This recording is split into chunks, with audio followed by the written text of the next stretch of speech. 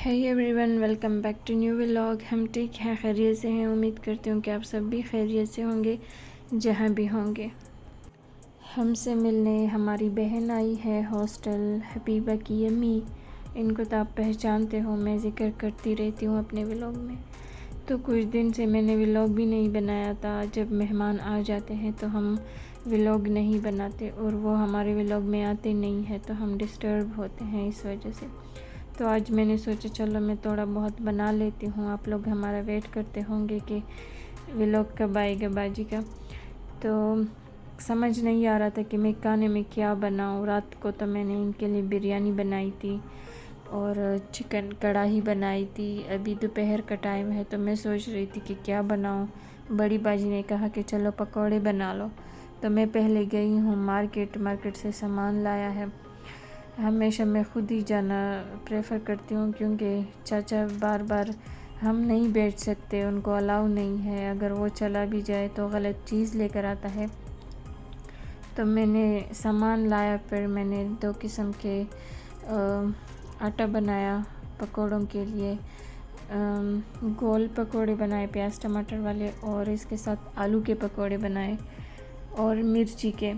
तो यहाँ पर मैं बना रही हूँ रायता मैंने जो ईजाद किया है ना, चूरन, साल्ट, रेड चिली और दही।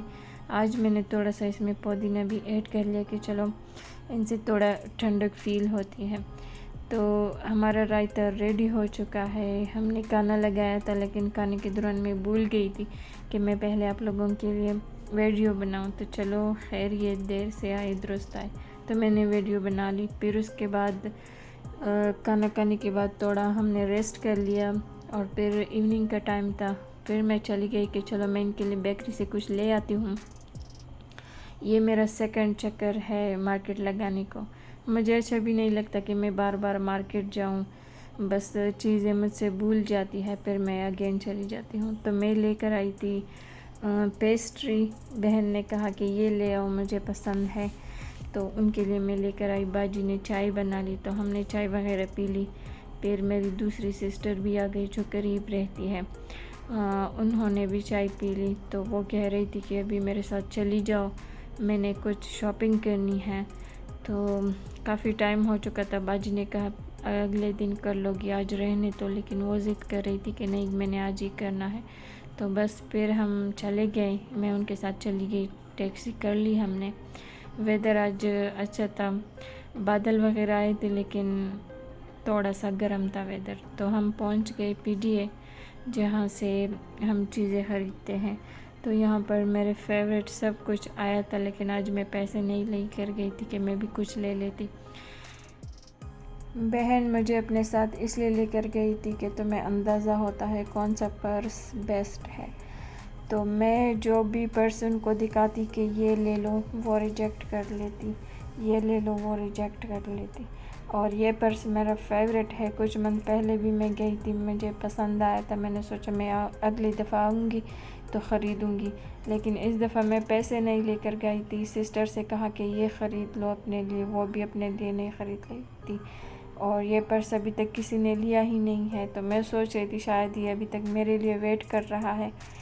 तो मुझे जो भी पर्स पसंद आते हैं, इसको पसंद नहीं आते। फिर मैंने कहा चलो अपनी मर्ज़ी से ही ख़रीद लो, मैं क्या बार बार आपको कहूँगी। अगर मेरी मर्ज़ी से ख़रीद लोगी तो फिर बाद में मुझे इल्ज़ाम दोगी कि ये आपकी वजह से।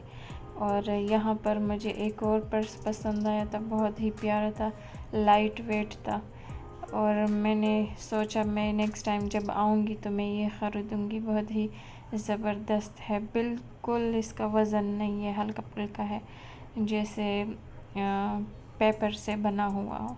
तो मैंने कहा बहन को चलो तुम पर्स देख लो अपने लिए, मैं जाके कपड़ों का विज़िट करती हूँ। अगर हमें कपड़े पसंद आए तो मैं बाजी से कहती हूँ कि महर के लिए इस तरह ले लेंगे। लेकिन छोटे बच्चों के कपड़े इतने महंगे हैं, बड़ों के भी इतने महंगे नहीं है जितने छोटे बच्चों के महंगे हैं। मुझे सब पसंद आए, लेकिन मैंने यहाँ से थोड़े बहुत डिज़ाइन कॉपी कर ली है कि मैं ख़ुद ही इसको स्टिच करूँगी बिल्कुल इसी डिज़ाइन में। शॉपिंग करने के बाद हम फिर टैक्सी में बैठ गए। सिस्टर ने कहा कि मैंने अपने घर जाना है, तो वो अपने घर चली गई और मैं हॉस्टल आ गई। जब हॉस्टल आ गई तो हबीबा की अम्मी ने भी तैयारी बनाई हुई थी कि हमने भी जाना है। हबीबा का अब्बू आया था तो वो लोग भी चले गए। फिर उसके बाद हमने खाना खाया, नमाज़ पढ़ी और फिर जैसे हम सोने की तैयारी कर रहे थे, बाजी खफा हो गई, रोने वाला मुंह बनाया हुआ था। मैंने पूछा क्या हुआ है, क्या हुआ है, नहीं बता रही थी। आखिरकार उसने बता ही दिया कि बहन के पीछे खफा हूँ, वो घर चली गई है, चोटी के पीछे खफा हूँ। मैंने कहा शुक्र करो उसका अपना घर है, बच्चे हैं, खुश है, इसलिए चली गई, फिर कभी आ जाएगी आपसे मिलने, इसमें रोने की क्या बात है। तो बाजी ने कहा ठीक है। उसका मूड फिर थोड़ा बेहतर हो गया। बस आज का हमारा यही व्लॉग था। अगर हमारा व्लॉग अच्छा लगे तो लाइक करें, सब्सक्राइब करें। फिर मैं मिलूँगी आपके साथ नेक्स्ट व्लॉग में। तब तक के लिए अल्लाह हाफिज़।